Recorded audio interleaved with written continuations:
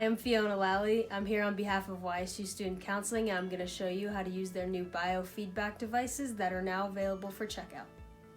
So when you check out the Biofeedback device, you're going to get it in a little box like this. So let's unpack it.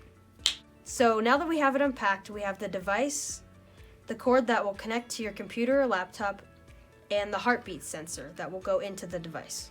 To start, we're going to get the device and we're going to turn it on. The button is on the right side.